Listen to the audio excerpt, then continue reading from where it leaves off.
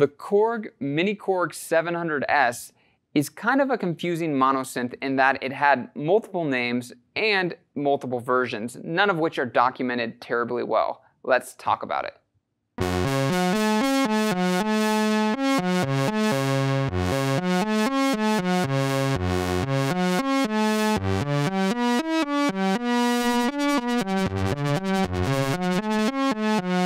Hi, I'm Zach Marr from Alamo Music here in San Antonio, Texas. You can find us online at alamomusic.com. If you haven't already, hit the subscribe button, turn on your notifications. This is our Alamo Sound Lab channel where we talk about all things music tech related. And today we're talking about the Korg Mini-Korg 700S, or the Univox Mini-Korg K-2. Depending on where the unit was sold, it had a different name. And we're going to talk about it as it fits into Korg's history, and also why it had a different name depending on what market it was sold in, as well as the different versions that are out there in the kind of used market. So first, let's talk about where it fits in. So this is the second portable monosynth that Korg released. It's based on the technology that Fumio Miyada built. He built a prototype organ that was sold, and they only sold a couple right before the K1 or the Korg 700, and the oscillator technology and the filter technology is what came to the monosynth. Afterwards, it was apparently a very interesting kind of prototype organ using very different kind of thoughts and kind of structure. Incredibly rare. I think they only sold like 50, but it was a part of kind of pre-synthesis, early 70s emergent technology. These synths don't look anything like the synths that were later to come. They don't follow the norms of the monosynths of the later 70s and 80s. They have a bunch of weird names for functions that would later kind of become standardized, like the envelopes, the ADSR. Instead of ADSR, it has an attack that's called attack and slow, or percussion and singing for the kind of release stage.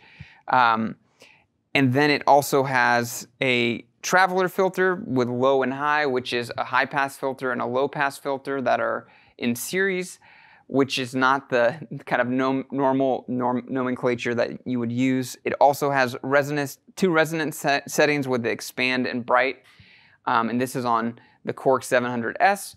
And really, it's kind of an interesting moment in synthesis history. It was still being figured out, and this was Korg's approach. They later released a duophonic, kind of revered synth called the Maxi-Korg, which we're going to do a video on shortly, that was also entitled the K3 if it was sold in the American market.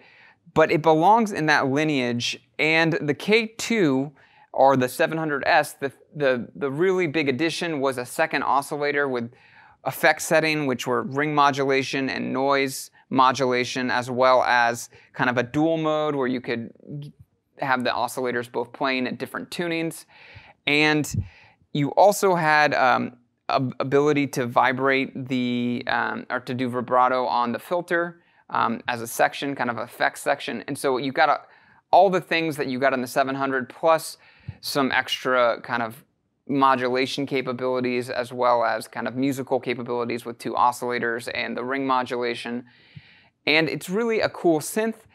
Why did it have two names? Well, Univox was the distributor for Korg products in the US. And what's interesting also, as a side note, Korg wasn't actually called Korg at the time. It was called, I think, Kaio Electronics. And the name Korg was actually kind of a brand, and it was a combination of Kaio and organ, so Korg. So again, it speaks to organs being the kind of origin point of synthesizers and the birthplace of a lot of synthesizer technology. Korg really wasn't adopted as the official name of Korg until many years later. So Univox was the distributor in the United States for Korg products. They also are kind of famous for, Kurt Cobain used one of their guitars, I think it was called like the High Flyer, and think Jimi Hendrix used one of their effects pedals, and Pete Townsend also used one of their effects pedals. So they had some, they distributed multiple products, a lot of kind of knockoff products for A-list brands, but they were also Krumar and Korg distributors. And so I don't know why they gave it a different name than it would be in the Japanese market or other markets, but they did. And so if you have a US version of the 700, 700S, or even the 800 DV, which is the Maxi Korg, it's labeled likely K1, K2, K3, and it has Univox branding. So kind of interesting, strange. Eventually, Korg actually bought the name and the distribution, I think, in the 80s. But that's why there's different names on these. Another interesting thing about the 700S is there's different versions. I think there's 2 versions from what I can find. This is not terribly documented, but it is, one has a fine tune in the second oscillator. This one that I have, I guess, is the earlier version. It does not have a fine tune section. It just has a pitch. You can just change the pitch, but in the other one, you can kind of do fine tuning. So that's, from what I can read, the only major difference between the 2 versions of the K2, but that makes it kind of confusing. There's also some discussion about whether or not there's different outs in the back or different controls, but from what I can tell, most of them just had the volume outs. There's a lot of mods that people do to these that allow you to do different kind of add functionality, but this is very primitive synthesizer kind of connectivity. There is no connectivity, and output, it's got a high output and a low output. So that's kind of everything about the 700S. Let's take a listen, and we'll conclude with some final thoughts.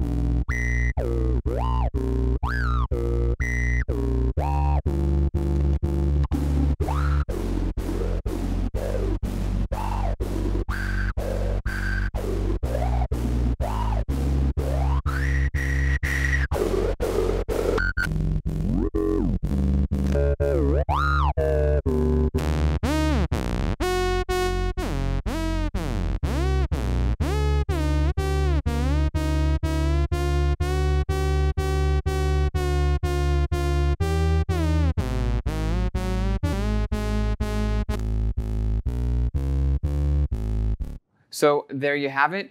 Very unique tones. It's got its own flavor, definitely. Korg used its own oscillator and filter designs, which I think is really cool. That you find it later in different instruments, specifically the filter. They've used the filter, variations of the filter in their Volcas, believe it or not. It's not the exact same, but it's based on this original filter design. And really a great sounding synth. It's beloved by a lot of famous kind of electronic musicians. I know Guitarro and Vangelis, as well as the Cars, use these, the 700 and 700S, extensively in a lot of their works. And a lot of people swear by them still. They're workhorses, they're super reliable. They use a different kind of tuning mechanism, internal tuning mechanism that keeps them in better tune than other synths of this era. And that was kind of a Korg development and unique to them. Also of note is that I was reading by the designer. He's been involved in the 700FS that Korg is re-releasing, but he said that when he was designing these, some of the interesting kind of tonal qualities, he didn't use an oscilloscope to do some of the basic wave shapes. And I think that's what gives some of their unique character. He actually said he was more focused on the musicality of the instruments as opposed to the perfect, whether or not it's a perfect triangle wave or sine wave. He was using his ear, which I think is a very interesting and different approach. And in general, this instrument works really well because of its uniqueness. It just opens your brain up in different ways, and it kind of takes you out of the norm. And so I think a lot of people love these for that reason. They go anywhere. If you read back 10 years ago, they were going for a couple $100.